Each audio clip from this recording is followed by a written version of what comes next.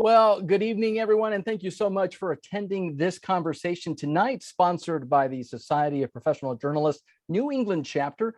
My name is Israel Balderas. I am a board member of SPJ National. I'm also the chairman of the SPJ Legal Defense Fund. And with me tonight, I have the pleasure of talking with Charles Sennott. He is the founder, chief executive officer, and editor of the Ground Truth Project. In 2017, he also launched the nonprofit organization's local reporting initiative, Report for America. Now, Sennott is the founder of Global Post. He worked for many years as a reporter at the New York Daily News and then the Boston Globe, where he became bureau chief of the Middle East and Europe. And he was a leader of the paper's international coverage from 1997 to 2005. Sennott has also served as a correspondent for PBS Frontline and the PBS NewsHour. He has contributed news analysis to the BBC, CNN, NPR, MSNBC, and others. So, Charlie, thank you so much for being with us here tonight. Thanks, Israel. Great to be with you. Let me begin with what I think is a crisis. It's a crisis when it comes to local news coverage. You know, we've got a lot of media attention with what's happening in Washington, D.C. We've got a war in Ukraine with lots of correspondents out there. But when I look at the landscape of America, I look at small towns. I'm in Burlington, North Carolina, and I see a lot of small towns like Burlington that don't have news coverage. And to me, that's a concern, right? A concern for democracy and a concern for the people who rely on news to be informed. What are your thoughts? Well, you're right. The crisis in local news has become a crisis for democracy. And the crisis in local news is a global crisis, and it is a global crisis for democracy, where we see local news landscapes barren and drying up even further with news deserts. We see the erosion not only of truth, but of democracy itself. And it is a powerfully compelling trend. We've lost about 60% of the newspaper jobs in America over the last 20 years. We have 1,800 communities in America that no longer have a local news organization. No one is watching the store in 1,800 cities and towns in America. This is a crisis on par with the collapse of steel or the collapse of coal, but it's a story that is just not as well told. It strikes me as really interesting, and maybe something we could talk about, that American journalism is not telling its own story well. We have a ubiquity of national cable news that makes you think news is everywhere, because we're bombarded with breaking news alerts on the lower third of our screens all day long. But this is not the same as communities having someone at their Board of Education meeting, someone covering City Hall or town government, someone out there looking at troubling things that are happening in the community and asking why they're happening, or celebrating the heroes of different communities and really trying to tell the stories that local news organizations like the Boston Globe and like the great ones we know in our communities, they do it every day. I think they are in many ways this kind of binding agent for communities. They're the shared sets of facts around which cities, towns, small towns, big cities, we all need to make our decisions together based on shared sets of facts. And when we lose that, we lose our ability to come together. We lose the ability to take truth to power, to celebrate heroes, and to try to figure things out together. And I'm really worried about that. And I'm all in right now on this battle to try to really work to stem that tide, to really work to save local journalism. And I always feel a little cringy when I say this, because it's the kind of thing that I think it's Jefferson who said patriotism is the last refuge of scoundrels.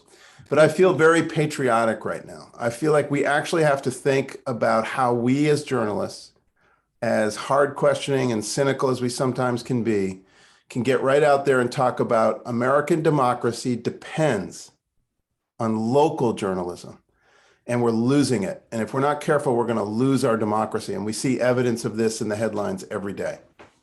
You said important words like truth, heroes, democracy. I want to come back to that in just a few minutes, but you sound optimistic. And as a professor of journalism who teaches at Elon University, I get this question a lot from parents, sometimes students, and they think, you know, there are no jobs in journalism.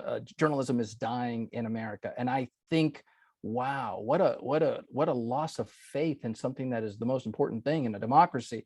And I think about journalism entrepreneurship and the opportunities that exist in the digital space. What do you see that gives you optimism that the best days for journalism lie ahead? Yeah, great question. The landscape of journalism in America is pretty diverse. I mean, there are traditional newspapers. They can be weeklies, dailies. They could be big regional dailies. They could be big city dailies, or they could be small city dailies. Lots of different expressions of what we once called print newspapers. Even those news organizations, very few that don't have a digital edition. So everyone is in some ways going toward digital journalism. And then you have other manifestations of the media that we know about, like commercial television or public television, and commercial radio or public radio. I think one of the most exciting corners of these different landscapes of local media across the country are digital first startups, news organizations that are all in just on not tying themselves to a legacy brand or the legacy traditions of killing trees, putting it on trucks, bringing it to a mill to turn it into paper, putting it through a machine that uses 150-gallon barrels of toxic ink to put it all together to deliver it with more trucks to a driveway when you could get it online. There are news organizations that are not in that business, that are not tied down by it, and they're unencumbered. And I think they have a very bright future. It's smaller, it's nimble, it's not easy, it's going to be challenging, but there's a lot of ferment and there's a lot of excitement. A couple of examples, Vermont Digger in our neck of the woods. Vermont Digger in Vermont, Ann Galloway, who launched that, is an amazing entrepreneur and someone who we fund reporters for her through Report for America. We love that organization. Great editing, great impact, all digital. They've become the largest news organization covering state and local news in the state. That's impressive. All digital and pretty new. Not exactly sure. I'd guess about 8 years old. Others that I love are Mountain State Spotlight in West Virginia. That's a place to really check out. We started Report for America in January of 2018, and our first 3 reporters were in Appalachia. One of them was two of them were in West Virginia, but one of them was in the newspaper there, the Gazette Mail. And the Gazette Mail had a buyout and an implosion and a lot of layoffs, and a couple of the really great journalists there. Eric Iyer, who won the Pulitzer Prize for his opioid coverage, if you know him. Ken Ward, a legendary editor who we loved and thought of as a genius even before the MacArthur Foundation named him a genius. We love him. He's a great journalist. He's old school. He's tough. And he's got a team of journalists who we support. So Mountain State Spotlight's another one. More locally, there's the New Bedford Light, which is a really great digital news organization, kind of going into the space left behind in many ways by the traditional print newspaper there that has been ghosted by a big chain. So yeah, it's there, but they don't really have any reporters left, or certainly not as many as they did. They're trying, certainly. I have to cop to a little bit of conflict of interest here. My son, I'm very proud to say, works at the New Bedford Light, and I watch it from afar through him, and I am extremely impressed. I think they do a great job, and they're a really great news organization. So 3 examples there: Vermont, West Virginia, and right here in Massachusetts, in a distressed city that needs a lot of good, strong local coverage in New Bedford. New Bedford Light stepped in and done it. All 3 of those are nonprofit models. And that is a business model that I think is going to increasingly make more sense for sustainability in the future for local journalism. So, that's some of the trends. I'm realizing, and stop me if you want, Israel, but I don't know that I've stepped back and explained what it is we do. I shouldn't presume everybody knows how we work, but I'm happy to walk through that if that makes sense. Absolutely. And I'd love to go through that with sort of a launch of both a plus and a minus and a case study. You've got the Las Vegas Review-Journal the other day, for example. They posted a job. They are expanding. It's a newspaper, right? It's a legacy news organization. They've got a digital footprint, but now they are expanding to reach the Hispanic community in Las Vegas. They've actually got a 7-minute newscast on their website. That's great. They are reaching the Hispanic community there. They're giving more voices of news to that community, but the jobs are for part-time journalists. And to the person who was posting the job on LinkedIn, I sort of said, well, now, wait a minute. Thank you for creating this job, but you're creating a two-tier job opportunity for those individuals who could do that. And so I mentioned that because your mission statement is that you want to serve undercovered communities by supporting the next generation of journalists. So tell us how you are meeting those needs where news organizations may not be able to hire full-time reporters. And there are also communities, specifically in the Hispanic community, that need this other source of news. So if you can address those two with the work you're doing with the Ground Truth Project, I'd really appreciate to know more about that. Yeah. Well, so just to back up then to say what we do is we recognize this moment of crisis. We see that there's a tremendous amount of need out there. What we do is we step in and we have a call for two parallel application processes. The first one is we say to newsrooms, we say, apply to receive a reporter and we will pay half the salary and we'll help you raise the other half. The reporters have to be paid the standard salary, just like any other staffer. They are in fact considered staff. They have all the same benefits and they should be part of the team. There's no fellowship model or internship model. We want them to be brought on board as if they were staff. Then, most importantly, tell us what part of your community you want to serve that you're not able to serve. Where is that hole in your coverage? Where is that gap in the way you want to serve your community? Where is there maybe a news desert within a few towns or a county or something within your circulation area?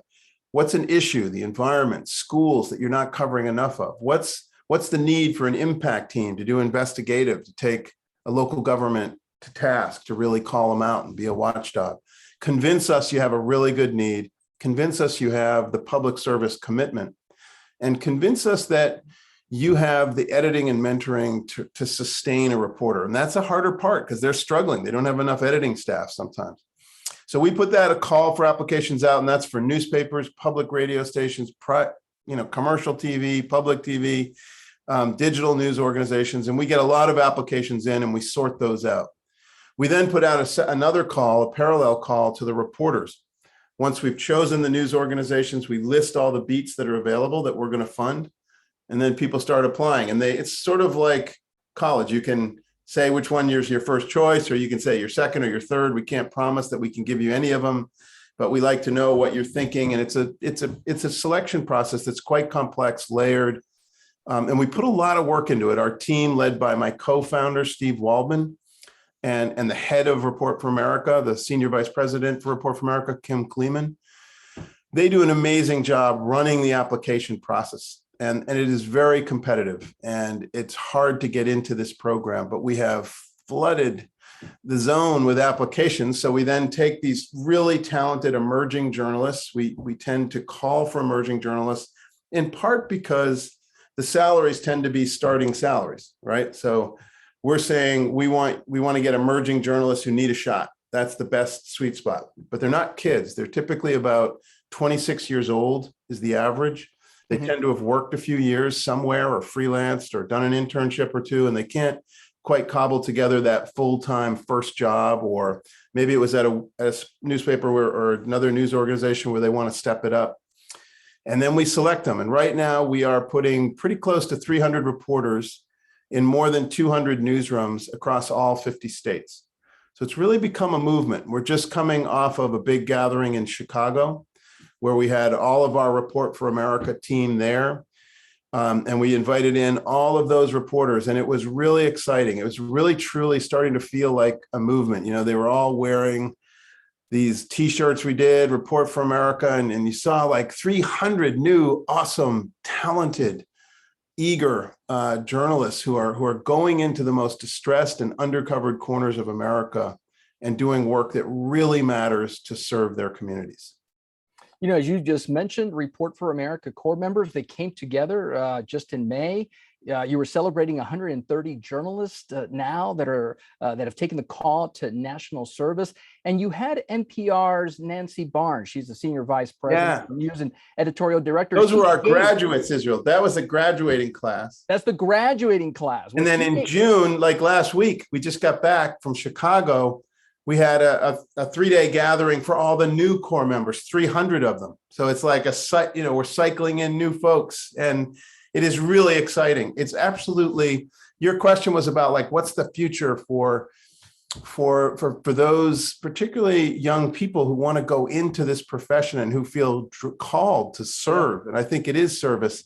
It's really exciting. I was with Steve Waldman, who's the co-founder, and we stopped and we were just looking at the incredible, powerful expression of these people who reflect our country in really profound ways. 2/3 are women. About more than 40% are reporters of color. They are in as far north as Maine and as far away as Guam, and every state in between. And this is a cohort of very talented emerging journalists who I think are out there answering this call to service. So yeah, Nancy was amazing speaking to the graduating class. In this new class, it was Maria Hinojosa who spoke, an old friend of mine. Pulitzer Prize winning journalist now. And a Pulitzer Prize winner for audio storytelling, which is near and dear to my heart. I started in public radio before I worked in newspapers. Maria Hinojosa and I go back, and she was there really speaking directly to our core and calling out to them to be journalists of conscience. That's what her talk was about. And man, it was powerful. And all to see particularly reporters, particularly Spanish-speaking reporters who know her work. We all know her and love her work, but I mean, there was a certain kinship there. And seeing them in front of the Step and Repeat, getting pictures with her, like these are like hero shots, right? Sure. And I'm just so grateful she came, and it was powerful. And Nancy equally spoke of the ecosystem of NPR and the idea of NPR as a kind of network and how they want to build it. So yeah, there's excitement out there. This is a tough time. We can't sugarcoat it. The business models are tough. News organizations locally are really struggling. But for those willing to be in the fight, it's also a moment of ferment and change and a time to fight like hell, because if we don't, we're going to lose it. This is what Nancy Barnes told the graduates, and I'm quoting her. I promise you, there is tremendous reward and often joy in participating in a career that allows you to talk to people, ask questions, tell stories, uncover hidden truths, and affect life for the better for those you're trying to serve. This is a life's calling that is fulfilling and rewarding and vital. It seems to me that that is a call to service, and it's a call to service to the truth. Tell me a little bit about that. And what does it mean today when we are even having this challenging period of what the truth means? What's the role of journalists in that service to the truth? Great question. Nancy's speech was really, it was powerful. It was riveting. And I think she really hit the nail on the head when she talked about the adventure of it. The sense that if you want to have a life where you get to go out into the world, listen to people, hear what's going on, find out how you can tell their story in a way that really serves them by giving them voice. That is a rewarding life. I have loved every minute I have been a journalist. I started at age 17 at a little tiny radio station in Cambridge, Massachusetts. And if anyone knows WCAS, it was this weird little country blues and bluegrass station. And I absolutely loved it. It looks like Donna knows what I'm talking about. It was this really cool little station. And I was like, I think I was the only intern and the only reporter in the newsroom. And from that day on, I knew I was going to do this. My brother, I have an older brother. We had a house painting business in our family, and we would paint during the day, but he was a photographer at night. And I used to get to roll with him. He was a photographer for the Boston Herald, like night shift. And I was in that newsroom at the Boston Herald, and I'm thinking, I am definitely doing this. These people are pretty wild. And also, I was running film for him once in a while. And I would run film from courtside, like on Larry Bird's rookie year. And this is a night to remember the Celtics, because we all got to be out of here really on time for this game tonight, right? But I'm telling you, to catch a knee and run film for my brother from the days of rolled film back to the newsroom to be developed. I realized I want to be courtside. I want to be courtside like for the rest of my life. And I was very lucky. I had some twists in the road in my career that led me to being courtside on some very, very big stories. And what interests me is most of them started as very local stories. I covered crack cocaine in New York City as a police reporter. And then the newspaper sent me to Medellin, Colombia to look at the source of narco trafficking and narco terrorism and a war that was happening. You know, there's a really dramatic war when I was there covering it. Carlos Galan had been assassinated. The country felt like it was coming undone. The Ministry of Justice was bombed. But it started out for me as a local police story about crack cocaine ravaging New York, right? So where's that coming from? The next one was, I was the first reporter on the scene at the first World Trade Center bombing, 1993. I was a police reporter. I got on the ground. I did what all good police reporters do. No one knew what happened. The mayor was saying that it was a generator explosion, but the smoke was pouring out of the World Trade Center parking garage, and I got past the police lines, carry a pad, nod confidently, act like you know where you're going, got in, and I saw a 4-story deep crater, and it looked an awful lot like Medellin, Colombia to me. I'd seen bombings. I knew this was a bomb. And, you know, it was pre-cell phone. So I found a pay phone. I usually have to explain that to younger crowds. And I literally, people don't know what a pay phone was. And I called the editors and they said, yeah, but come on, the police chief and the mayor are saying it's a generator explosion. I'm like, the city editor's name was Billy Boyle. And I was like, Billy, it's a bomb. It's a bomb. And that was, I think, a moment in American history where we had really had our first major terrorism attack in a major city, and no one expected it. When that smoke poured out of the World Trade Center bombing, when there was that loud bang and then sirens and people with ash on their face, and it would be very prescient of what was to come 8 years later, nobody thought bombing, nobody. So that is about local reporting, right? Being that first person there. And that led for me a journey for the Boston Globe. With the Globe, then I began covering it for the Daily News. Billy Boyle was out of Central Casting, and he kind of said, you know, in his Boyle-like way at a bar, you should really cover this. You should go to Egypt. You should go to Sudan. You should get on it. So before he could think to say no, I actually went and started doing it and covering the story. And I never really stopped. And Matt Storin at the Boston Globe, who had been at the Daily News, saw that I was really on this story. And Matt said, come to the Globe and we're going to make you a Middle East correspondent. It's going to take a couple of years, but we're going to get you there. And he lived up to it. And it really became an extraordinary part of my life. But I really love to share with our reporters that it began as a local story. I was a police reporter with like a really bad mullet covering these stories, you know, like it was what you do when you're a police reporter. And I followed the same way when I got into the Middle East and started covering nascent Al-Qaeda for the next 8 years. I never changed the strategy of how you report. It's the same idea. And I think the skills you learn as a local reporter set you up for international reporting. So I've had a career of a lot of international reporting, but I believe deeply in starting local. That's why we have Report for America to answer this crisis. And we've launched last year what we're now calling Report for the World, which is responding to this global local news crisis. And we're in Nigeria, Brazil, and India. We just opened up a call for applications, and the applications are flooding in from Ukraine, from Poland, from Mexico, from Canada. These countries are also suffering a crisis in local news. Lots of national media filled with people who pontificate their opinions about big national issues in places like Brazil, where you have these huge conglomerates that are really opinionated. And like we have here with Fox and MSNBC, it's the same toxic landscape of polarization. And we want to fight that. We know when you have a news desert in America, and it's very similar globally, not perfect symmetry, but pretty close. 3 things happen in a news desert.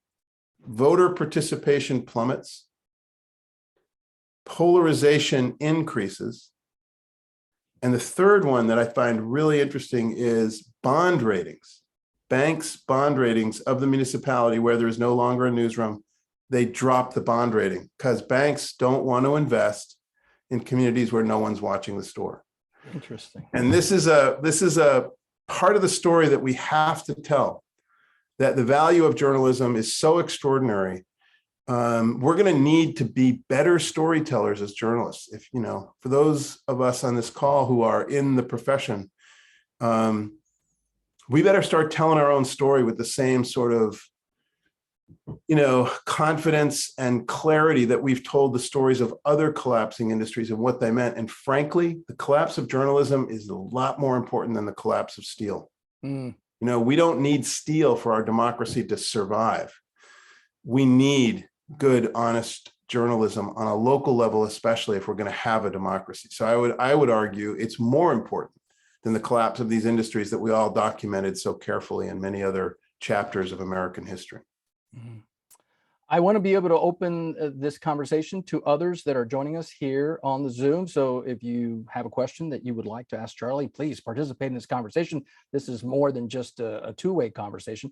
And I want to shift the focus just a little bit, Charlie. You were talking about everything starts with a local story. We are about to look back 50 years to the Watergate Hotel break-in.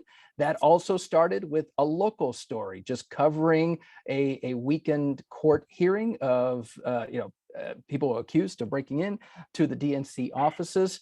And while we're doing that, there is this arc of history, right? That what we are seeing today, the headlines coming out of Washington, D.C., involving, again, a president who abused his power, who thought he could do whatever he wanted, and that if he did it, it wasn't above the law.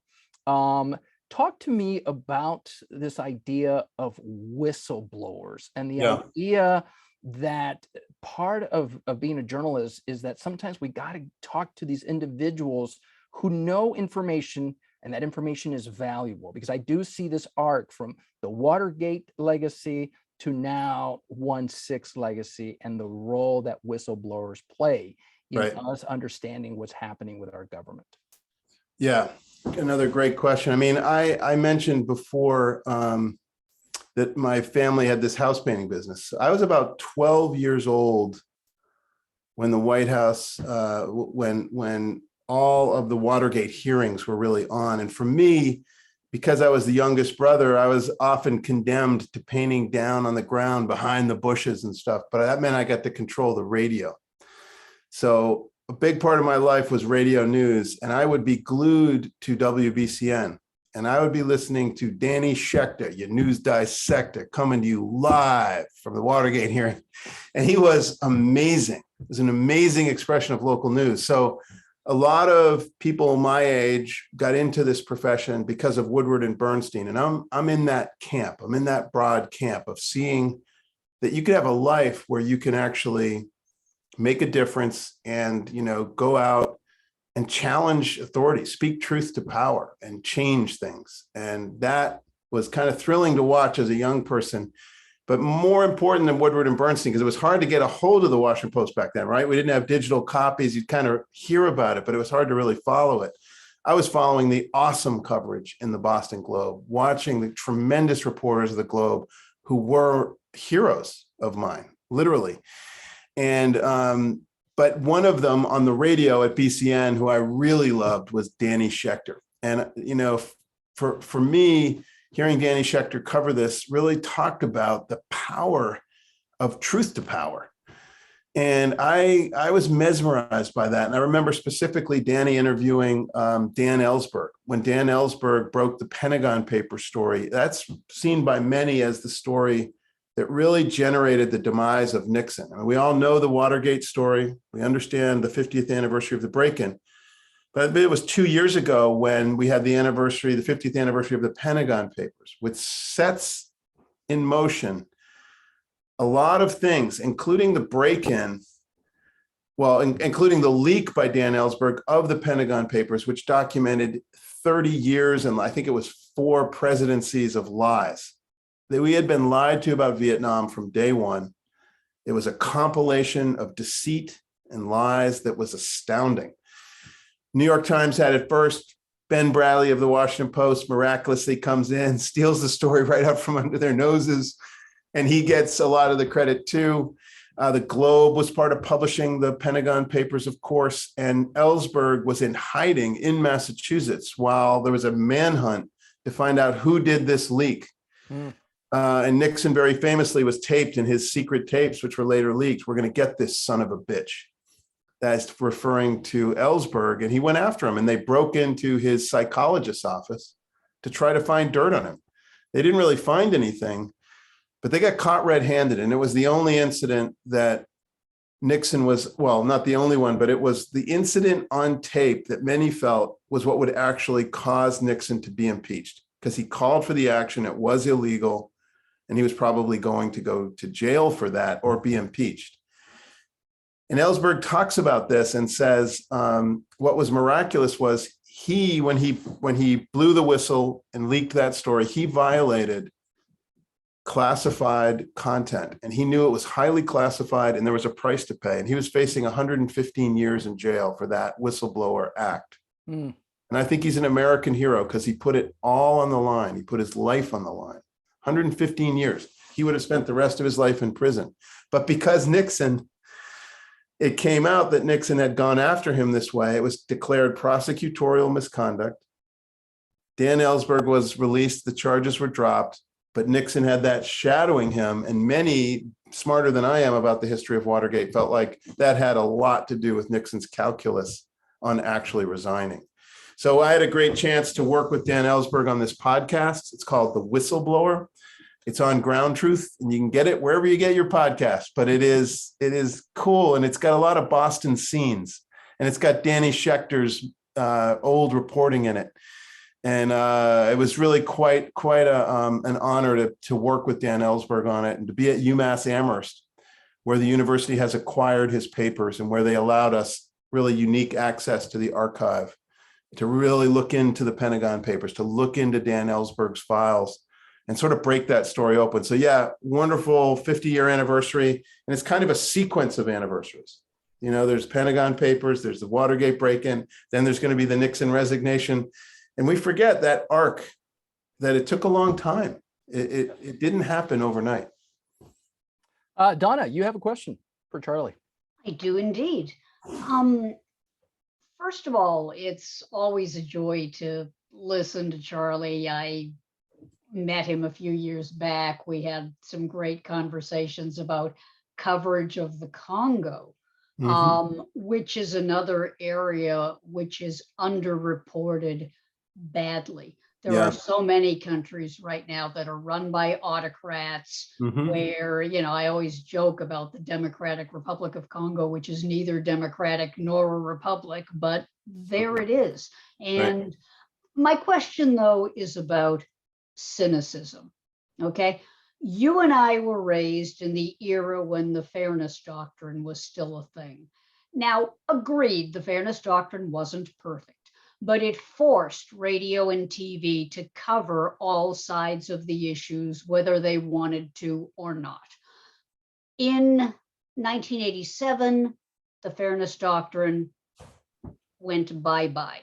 And in 1988, you had Rush Limbaugh. In 1996, you had Fox News. I'm saying it opened the floodgates to one-sided, totally political journalism. Donna, what's your point?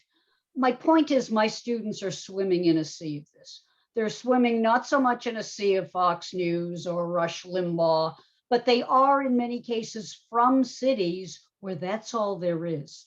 Okay, where 95% of talk radio is one-sided, usually conservative, where there's very little access to local programming, as you mentioned, and it's so true.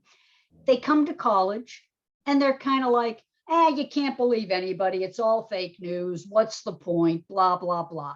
So how do we restore a belief that there is truth? And I'm not talking about the kind of truth where it's like, dear leader says it's true, so therefore, I'm talking about there is a way to be fair to the facts. And a lot of my students are like, we don't know who to believe. We keep hearing various sides telling us that it's all fake news. Just believe us, vote for me and I'll set you free. And they don't know whether journalism still can make a difference. Yeah. I tell them it can. I know you do too. But how do you apprentice young adults who have been raised in this age of cynicism where there is a lack of objective, fair to the facts reporting? Am I making any sense or am I babbling? Yeah, there's a couple Absolutely. questions in there. I better get going on them before I forget. Sorry. So one is Apologies. about the Congo. I would just point everyone to the front page of the New York Times today, an amazing report on the Congo. Incredibly powerful photography by my friend, Ashley Gilbertson. God, I was so struck. I started looking at the photographs and I said immediately, this has got to be Ash. And then I looked back and there was his photo caption. Powerful. So there's still good reporting being done there. Your question around the fairness doctrine, how did we get to this moment of polarization? The erosion of the fairness doctrine started the floodgates as cable television began to really set in and become a business model that started to make sense. Cable started off on the 24/7 news, needing to get stories, having to have more and more breaking news, going out and trying to keep stirring the pot. And what they found was there was a formula here that drew eyeballs, which said, well, if you have a big breaking news story, what you try to do is you get people of different points of view and you put them on and you start getting this cooking. And soon enough, it doesn't have the filter and the calm, I would say, analysis that came with print or with traditional network television, where you had a half-hour broadcast where a team of 100 people worked all day on a half-hour broadcast. In a newspaper, we would spend half the day working on this one story. We'd report it half the day. I remember spending like an hour on my lead, you'd be like, gosh, that's not quite right. Every word counted, or your lead would have to change because something revealed that was new, that made it more complex, or whatever the issue was. But that attention to detail, that craft started to go out the window as the news cycles became 24/7 and the competition was no longer allowing for that contemplation and that careful rhythm of craft. Mm. By the time you get forward to the height of cable, I would say the Gulf War was sort of the first Gulf War, 1990, the one that really put CNN on the map. They kind of own the space by then, and they are starting to get a lot of advertising dollars, and cable gets really strong. That's coinciding with another recognition, which is this idea that mixing it up really is good. It really creates the right kind of rhythm for eyeballs to news. And along, in the early to mid 90s starts to come the World Wide Web, invented by Al Gore. And it was, I'm joking there, that's in quotes, but I think the algorithms of the digital age very quickly realized that the way you put eyeballs on content, as cable news learned, was through conflict. Let people have it out in the comments, or put stories up that have sort of, clickbait headlines to them, look for ways to really stir it up, bring opinion into the way you shape news, have people disagree with it. There's nothing better than everyone disagreeing with your story. And it became an intention to put opposing sides together.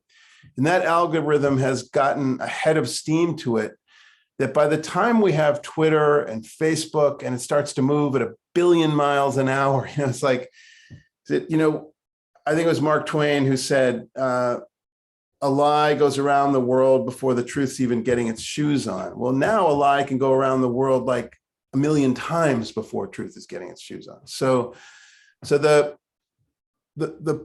moment we live in lends itself to this polarization, and it is a long trajectory. But you raised another, and I think final point, which was it's causing this erosion of truth and an uncertainty, particularly among a new generation that doesn't know where to go. And then I think are falling prey to something I call weaponization of doubt. In other words, if you put enough attention onto every question, everything can be questioned, then nothing's true. And I have four sons, who I shared. One of them works in the New Bedford Light. He's the oldest.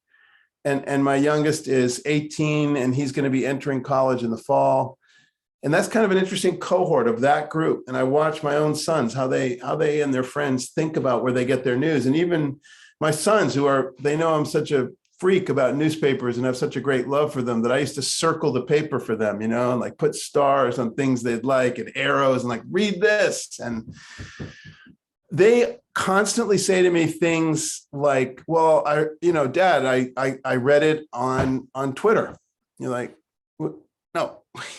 I asked you, where was it from? Not where did you read it? They don't care. They're so not discerning of the source of what they're reading. So media literacy is extremely important for this generation to get them more grounded in how to decipher this. The erosion of truth is real. It's something I'm studying very carefully. I teach a course at Boston College, and it's called Truth, A Short History. And it's basically telling college students what you need to do is stop, particularly at a place like BC, where they are so good in liberal arts, and there's such a wonderful environment there for theology, because truth and divinity is really a thing from all the way back, all the way really from the Hebrew Bible into the New Testament and into the Quran. I mean, truth as divinity, God is truth, is a thing. That's part of that arc, right? But it's also among the great thinkers from Aquinas, or you can bring it into the modern thinkers, and you can come right up into Orwell. And by the time you get to the moment we live in, you realize truth's been under attack before, but never has it been under such a concerted attack, and an attack where it is crippling us. And it's not a neutral thing.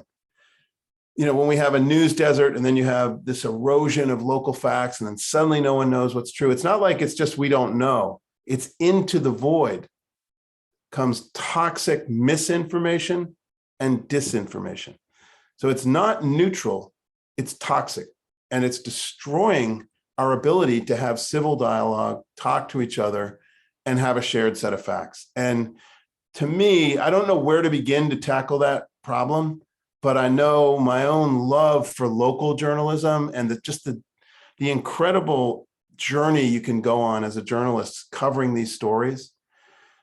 It drives me to think I'm going to do it at local journalism level. Like, that's where I want to be. That's where I want to really try to make a difference. So we are working night and day at a feverish pitch to do whatever we can to try to raise the money, because we're a nonprofit, to put that into the newsroom so that we can pay half the salary and then teach them to raise the other half from really local foundations. So we bring national foundation money, and then we try to use that to unlock local foundations. And that's our formula. And that is really Steve Waldman, my co-founder. That's a beautiful vision he had. I often say to, Steve is like an architect, and I have been more like a builder. We took Ground Truth as the construction team to get this thing done. And I'm very proud of the partnership we've created, and I'm very proud of what we have, but we're getting big. We're getting to be a movement. And it really is in a place now where I'm excited about the possibilities for growth. And it's becoming like we've had 1,000% growth in 10 years. So it's 50 employees now. It's really taken off. It's exciting. And I wonder, I never in my wildest dreams did I ever think the three letters CEO would be on my business card. And those people who really know me know that's a stunner. I'm a journalist. It's the editor-in-chief title that I treasure most, but I will do whatever it takes to try to really work on this, because it's a life calling for me and so many others who I respect. It's a passion. We're not going to let it die, not on our watch, right? So that's what we do. Let me bring a different perspective into the conversation, Charlie. Obviously, Sure. A lot of the people here are newspaper reporters. I'm an old veteran from TV, and I talk to news directors because they call me, they want to hire some students here from Elon University. We're talking about the next generation of journalists. And when I talk to members of the RTD-NE organization, what they're telling me is that a lot of journalism, aspiring journalists that are coming out, they're not lasting very long in the business, maybe 1 or 2 years local TV reporting. but the stress of COVID, the stress of life, what's been happening in America with these debates about truth, it pushes them out of journalism. And so they're concerned, Yeah. especially in TV, that a lot of these folks are not lasting the 7, 10, 20 years. And one of those things is because their why in the past, the First Amendment, that freedom of the press, freedom of speech, that made a lot of our generation a courageous defender of the First Amendment, that also is under attack, right? That even the First Amendment, defending it to its utmost, is not a very popular thing to do. Where is that courageousness in your mind now, that to be a journalist means to also be a defender of the First Amendment, regardless of how it's attacked from both the left and the right? I think the courage is there. I think the nastiness of the debate and the corrosive nature of where we are is harder to endure, particularly for young people, than it was for, like, say, for example, my generation, the Woodward and Bernstein generation, you could call it. They have a harder road. It's more toxic. It's more personal, particularly for women.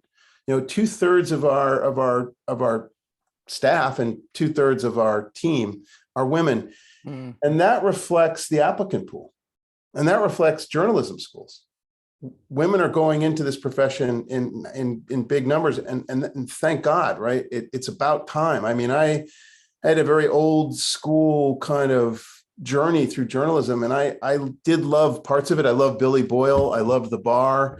I loved the wildness of it, but I didn't like the misogyny, and I didn't like the racism, and I didn't like the way newsrooms carried themselves, and we were not that good. So I can love the Jimmy Breslin and Pete Hamill, who was my mentor, and these people who I admired, and they were great craftsmen, but the culture out of which they came was not healthy, and it was not good, and it was not the way to go. So the resiliency component is tough these days. And I say particularly for women. I think, please fact check me on these numbers. I'm doing this off the top of my head, but there's been outstanding research.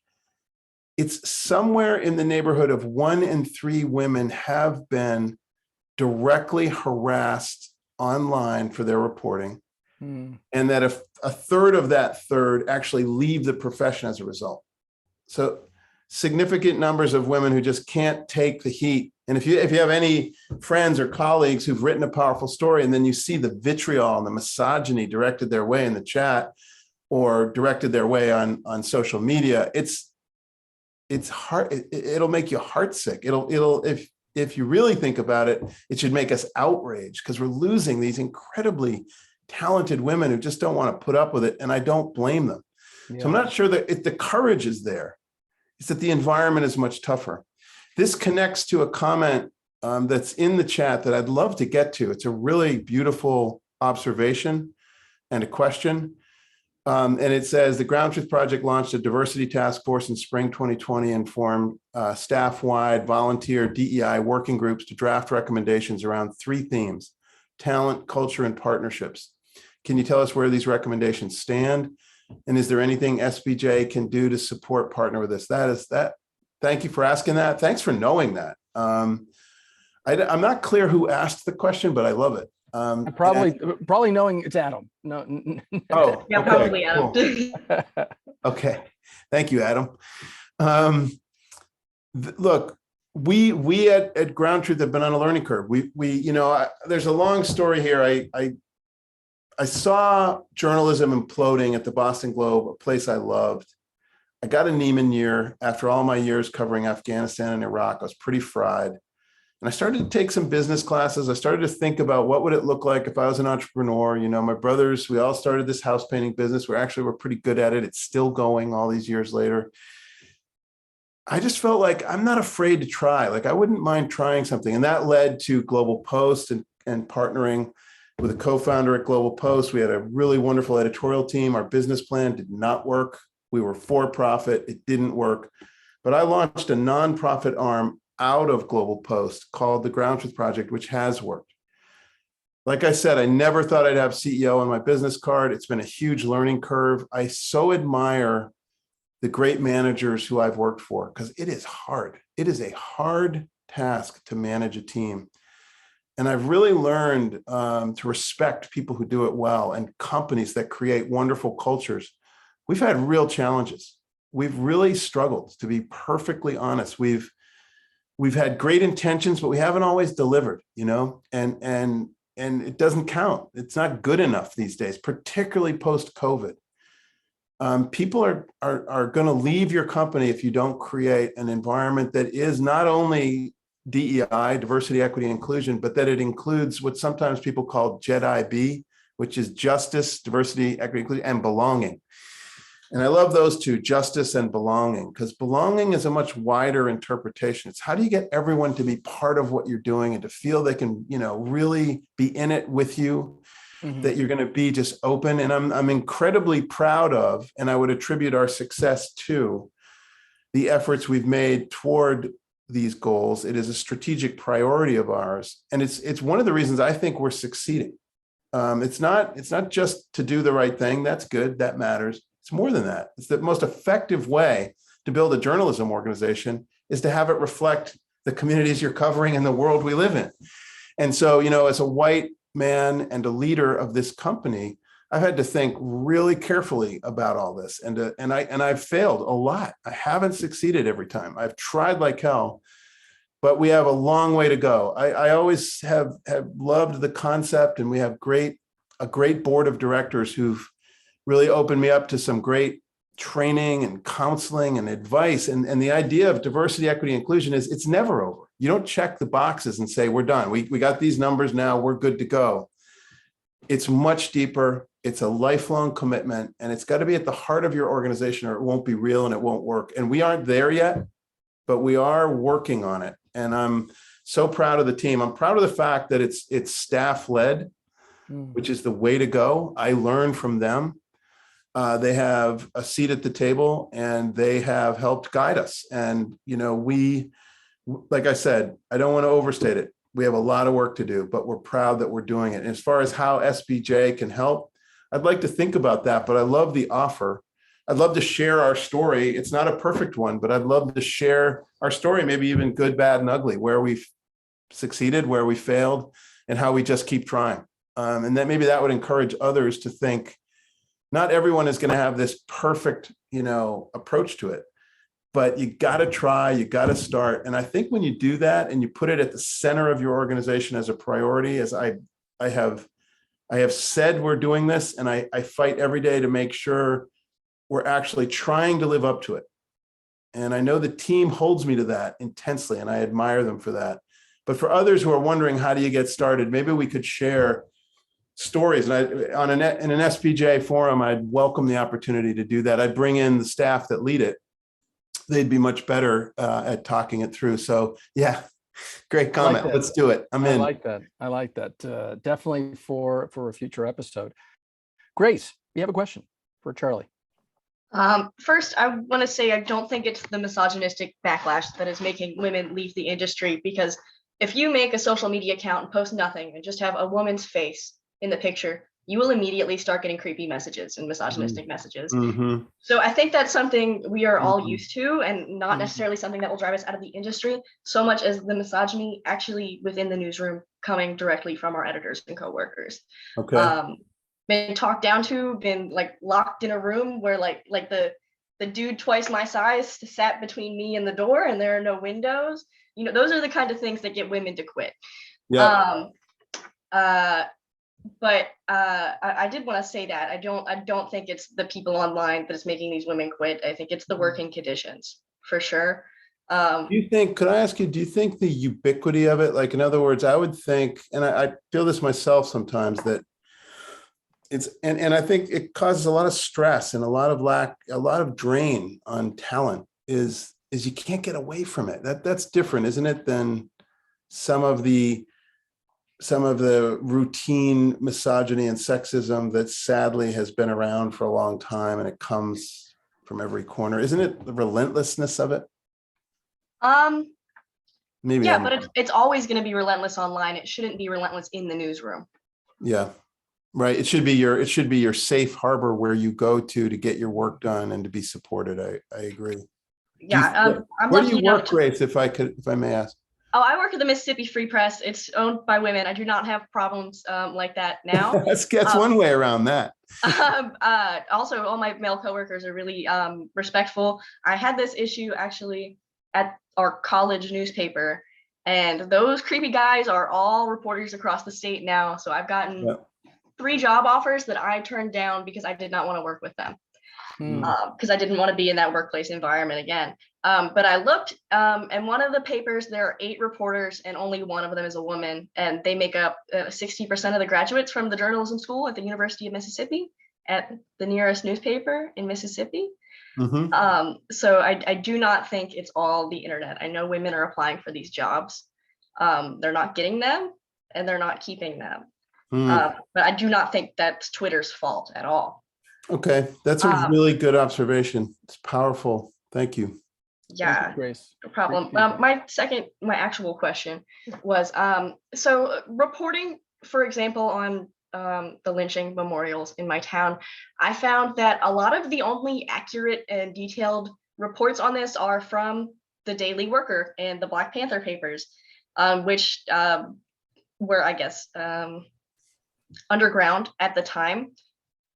Do you think encouraging organizations like the NAACP and the ACLU and the League of Women Voters to reopen their nonprofit newspapers would fix a lot of these issues that we're having? I think it'd be great. I think it's an inspiration. I think some versions of that are happening already. There's some really powerful digital startups like MLK 50.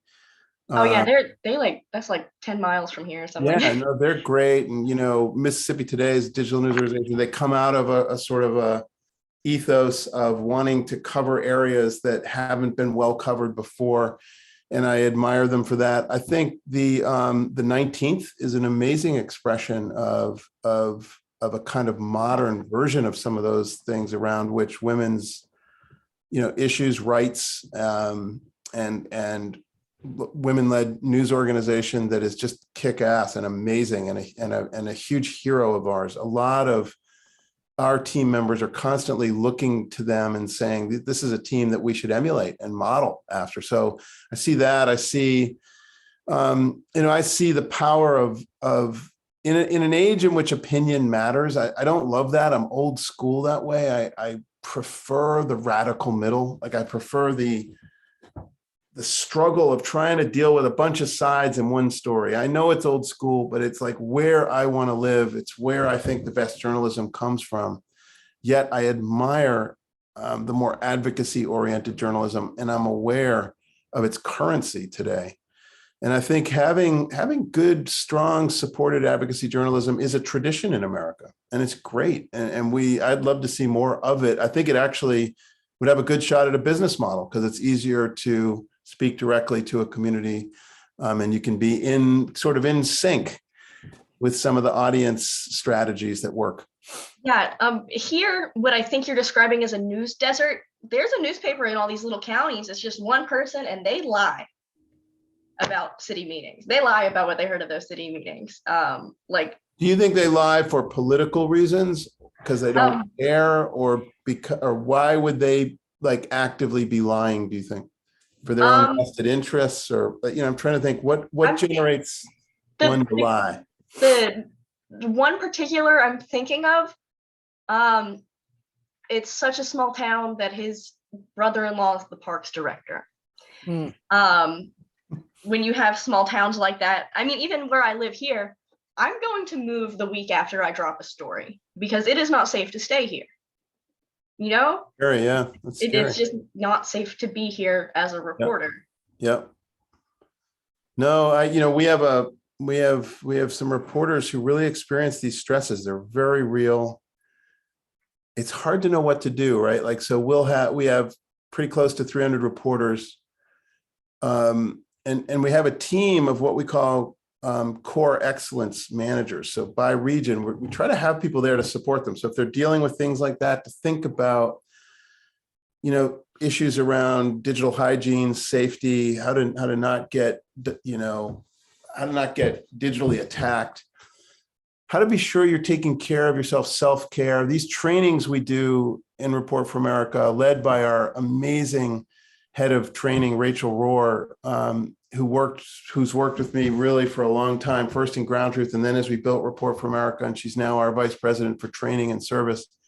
She runs an amazing training program where we study resiliency. We look at, protecting yourself digitally online, how to think about these issues, how to think about diversity of sourcing, not just diversity, and really she's just amazing. And I think the world of her, but I feel like she's building what she calls the knowledge library within our organization, where these are all existing online. And so if a core member misses one or wants to go back and check it out, we're trying to deepen the knowledge. So we're in early days of what really feels like it's a movement.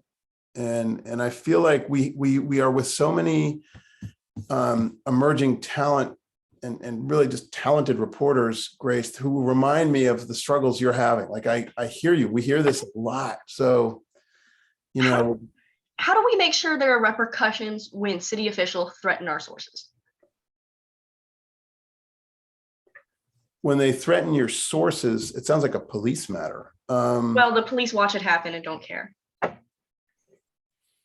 Yeah, I think this is why we need SPJ chapters. This is why we need to have people who really are in there fighting. And I would be asking Israel, where can I get some help, some legal help with going after some of these guys? And Sure. And I think the Legal Defense Fund is one place, right? If you have that kind of need, certainly there are organizations. Reporters Committee for Freedom of the Press is organizations. I think getting the word out of what you're facing, certainly that's important as well. And I think the importance of the Ground Truth Project and these organizations is to tell someone like Grace, you're not alone, right? We see you, right. We hear you, and you've got a lot of people watching your six. So yeah, absolutely. And be careful, protect yourself. I mean, 100%. There's nothing more important than taking good care and self-care. It really matters. And, Grace, I like Israel said, I definitely hear you, and I definitely worry. I worry about where this is heading. But look, I've also known, and I've been in a lot of situations where journalists are putting everything on the line, and it does take courage. And I admire people like you who are willing to do it and who are willing to go out there and make it happen. And so, I don't ever want you should never feel threatened, and certainly not in your own newsroom. But the courage is required. The courage is real, and it really matters right now. So thanks for doing it. Thanks for doing what you're doing. Thank you, Grace. I appreciate that. All right. Well, it's almost tip-off time for you. The Boston Celtics versus the. We got a little time, but I got to get there. I got to get set up, man. I know you got. I know you. This is a big deal for you all. So I got one more question for you. It may be the most important question of the night for the SPJ New England chapter. You, Charlie Sennott. We've got Adam Sennott. Tell us. I know where this one's going. Tell us the family connection. There has to be a family connection with such a powerful last name. Is Adam really on? Because if he is, he better come on and defend himself, because I'm about to really let it out now. I think he should. This whole idea that he's word. Come on out, Mr. I'm right here. I'm going to say, correct me if I'm wrong here, Adam. The connection is deeply tribal. And what I mean by that is, I don't actually know this, but I know my family is County Wexford, Ireland. And I don't know if that's true of your Sennott side of your family, but that's where we're from. So my dad was adopted, so I don't know, at least as far as I know he was. I don't know my whole family. Where he got the name from, right. Okay. But so his parents were named Sennott, right? Mm-hmm. Do you know what their ancestry was? Was it from Ireland? Somewhere in Ireland, yeah. Yeah, okay. Look it up. I'm going to bet it's Wexford. It's not a huge clan. And there are Sennotts and Sennotts, and I don't know, they're all over Boston in little pockets here and there. And there's a great sports bar at the top of Grafton Street in Dublin called Sennett's Pub, where you can watch, for example, the Celtics game. But what I mean is more deeply tribal. I don't really know that I needed to know precisely where you're from, Adam, but I think we are tribal cousins because we are in Boston, we are in journalism, and I can tell you got a real love for this, and I do too. So there's something deep there, and I'm just chalking it up to the tribal connection, okay? But you're okay if I call you Uncle Charlie. You know, I know Adam to be level-headed. How about cousin? He just crossed the line tonight. Charlie, thank you so much for this wonderful conversation. Like I said, as a professor of journalism who sees a lot of students who are hungry to do and to take up the cost of service, I talked to them about the organizations that you are heading, and I would love for another conversation to have about how else we can help you in your passion, because you are a person that definitely understands your why you exist. So I love Thanks, it. Israel. Thank you for having me. No. Our chief operating officer is out of UNC, Susan Leith, who ran the table stakes program, and she's an extraordinary talent who I'm proud. I really love working with her. Like, she's pretty amazing, and she's someone who might be interesting around the why as well. So thank you for having me. I'm really, really a pleasure. Great questions, great conversation, and looking forward to doing it again sometime. All right, absolutely. And by the way, check out The Whistleblower. It is a podcast by the Ground Truth Project, 5 episodes, and you'll definitely want to listen to the epilogue. Truth is the first casualty. I think that is the theme of tonight's conversation, but remain hopeful that journalists do seek the truth. Charlie, thank you so much for joining us tonight, and good luck to all you folks in New England so that the Celtics can pull out a win tonight. Thank you. All right. Israel. Thank you, Good night, everybody. everybody.